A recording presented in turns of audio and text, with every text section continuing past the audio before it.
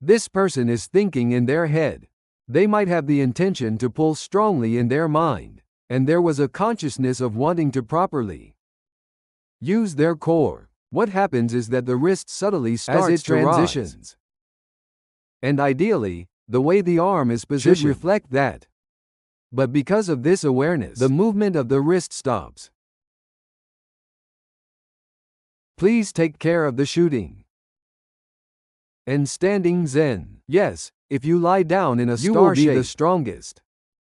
Today, I would like to have a Q&A session.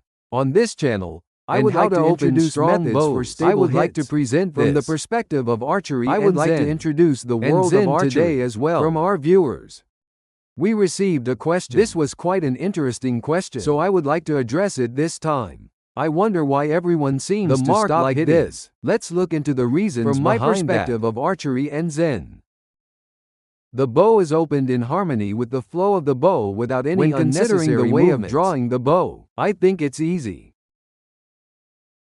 to understand the reasons why it starts. So I would like to read through this. So, I received a question. I always learn from your videos. I will start with a 14-kilogram bow. Well then, as a result of studying here, drawing a 25-kilogram and hitting bow, the target 70 to 80% of the time is amazing. It seems that there is something I would ask you here. There are times when the arrow wakes up at 6 o'clock. It doesn't seem like there is much difference in the elevation of the left shoulder or the weakness of the arrow pull, and I don't think there is much strength being applied in the right hand when the arrow goes down either. It feels like the crane gets caught at the same level. But what exactly is this? I would appreciate your advice. Thank you for your question. This is the content. But the bow that this viewer is using, the way to draw it involves how to use the arms and such. They understand those things well, and furthermore, as much as possible, without using physical strength. Going with the flow without using force. I am starting to understand the feeling of drawing the bow. However, I'm talking about is, I think it's good to remember what happens when you can't create it well. I would like to talk a bit about what's happening here, but I'm really sorry. It's in this sentence, but there's no tension in the measuring tape, and my left shoulder isn't raised either. My right hand and right shoulder aren't exerting much strength from the person's perspective. I think there is a strong feeling of pulling back. There is a strong feeling of pulling back. But the arrow ends up going down. Furthermore, when the arrow goes down, there's also a feeling that the string gets caught, but the reason why this happens is quite simple. The reason why the arrow flies downward is that it's being pulled back strongly like this. Now, generally speaking, let's go for the full length. The awareness of pulling is extremely important. When giving instructions, sure to use the full length. I strongly recommend that we pull firmly. The reason is that there are archery teachers who teach not to draw the arrow. There are those who say to stop doing that. But please refrain from that discussion. The reason is that if you stop drawing the arrow fully, the pressure of the bow is concentrated on the left shoulder, causing it to rise more and more. First, you need to get used to the way of drawing. What I mean by always turning is that you shouldn't extend. You need to create a situation where your right hand is always applying force despite pulling the bowstring all the way back to stop around this. What happens next is that not only does the force go here, but the right hand also applies force, which can lead to a situation where you aim slightly behind, and when you release, your hand comes back and hits the target, causing an accident. For example, after attending a judo class, when you encounter situations like rolling or being in a car, the likelihood of injuries occurring is very high. From the judo instructor at Kodansha to pull the arrow length rather because you are told to stop, leads to confusion, resulting in repeated hits and injuries, and many problems arise when the bow is released and explodes. So, let's focus on pulling the arrow a lot. On the contrary, I believe the guidance of a teacher who says such things is very likely to be incorrect. So I would like them to stop doing that. Well then, in this way, people who can easily draw strong bows like 25 kilogram bows. You can definitely pull this off easily, yet the arrows are falling down. I don't think this person is probably using double shaft like arrows. That. The typical length of an arrow is about 34 to 35 grams, 2,117. Using a very thick scale. With that, cutting it to a length of barely exceeds 40 kilograms. I'm sorry, I made a mistake. The weight of the arrow will be around 40 grams or more. It looks something like this. This arrow weighs about 56 grams. I put in two very thick bamboo scales. There is a double scale for arrows. Doing that creates about a 55-gram margin. At this point, it becomes quite difficult to shoot even with a 24-kilogram bow. I am using a strong bow that I showcase in my YouTube shorts. I use arrows that weigh at least 55 grams. The reason is that you need to use arrows. Normally, it wouldn't be a proper investigation unless you check whether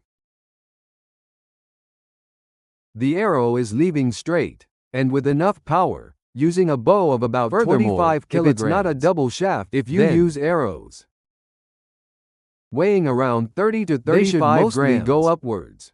It should be going up. I wonder why it's going down like this. In this person's case, the likely cause of what's happening is that they are trying to pull firmly and pull strongly, which is actually leading in a rather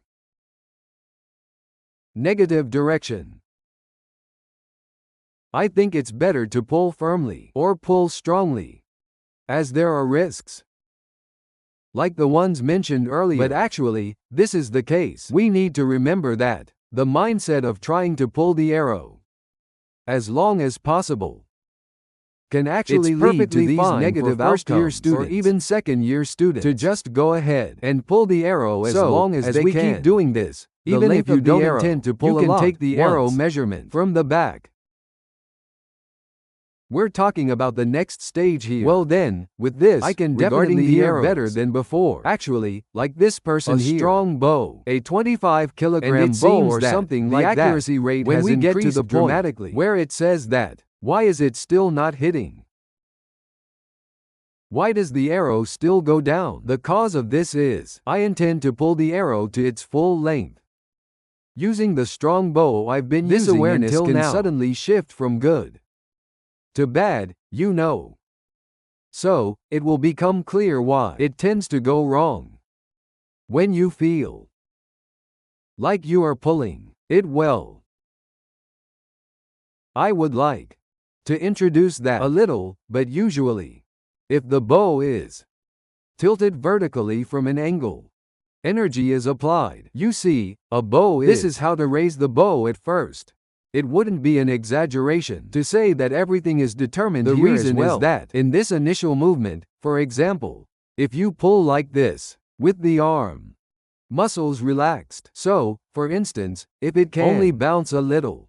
For example, in my case, if I were to say how much this arm muscle can naturally it would be pop like this.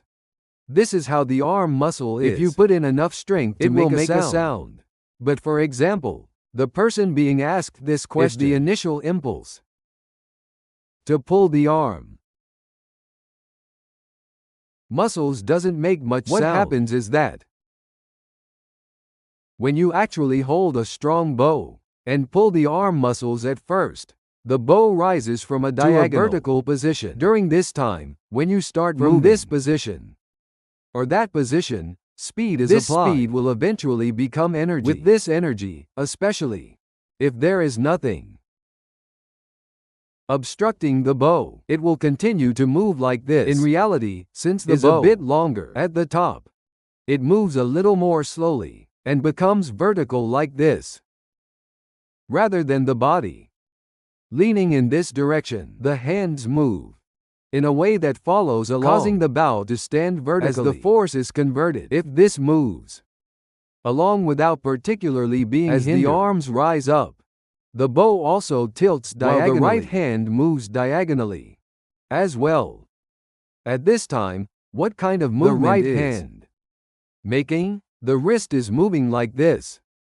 It gradually starts to rise like this. This arm is gradually moving like this. In this way, the arm that used to be like this in the front can be brought to this level.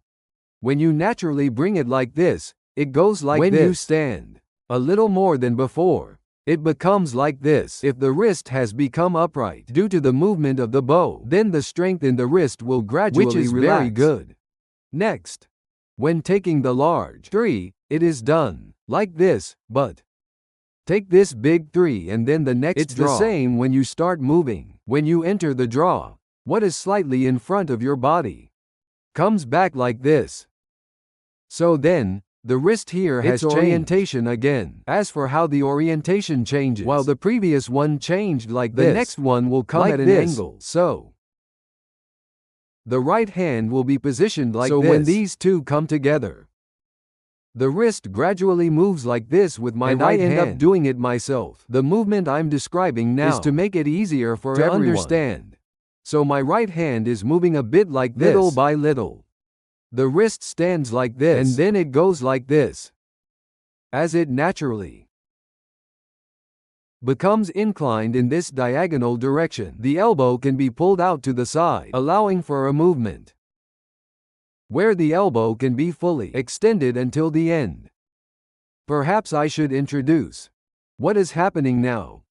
When hitting the target normally, despite hitting the target, it still goes down. The reason why it's going down is that, as I mentioned earlier, like this, the arrow is like this with the bow. When pulling in, the wrist needs to move gradually higher, and at an angle. Like this, applying force as it rises diagonally. However, this person is thinking in their head to pull strongly in their mind, or let's say they have the awareness to properly engage their core. What happens is that the wrist subtly starts to lift. And ideally, the way the arm is positioned should reflect that. But because of this awareness, the movement of the wrist stops. When it stops, what happens is that the hand is in a slightly unbent state. So the wrist tenses up a bit. However, the force to extend this area allows the chest and shoulder muscles to open up significantly because the wrist doesn't bend much. This person can also open their fingers so they can with really open them. You can use this place. So even if your right wrist isn't raised, you can open up wide here. And this wrist, you see, I think that if it's a little bent, it feels like you can pull more firmly. And I believe that would lead to a hit. But in reality, what is happening? The wrist is slightly bent, and the right hand is in a state where it is easier to apply force, pulling with some strength. What happens during the release? The wrist wants to be in this position, lifting and opening by itself. When releasing, the force that was applied once subtly relaxes. So it's not like this, but rather like this. I want to pull it out and increase the speed. It can be thought that the force of the crane pushing down has weakened and is causing it to drop. In this state, there is a very high possibility that a phenomenon will occur where this part, which is now slightly touching, will come into contact here, especially in this case. If the crane here is touching this point, then the wrist will gradually rise while leaning at an angle. It's not about creating a movement where the wrist is moved by the motion of the bow, but rather adding the correct energy to the bow and moving it in such a way that the flow of that energy is not disrupted. If that is not possible, there will be moments when the wrist bends on its own.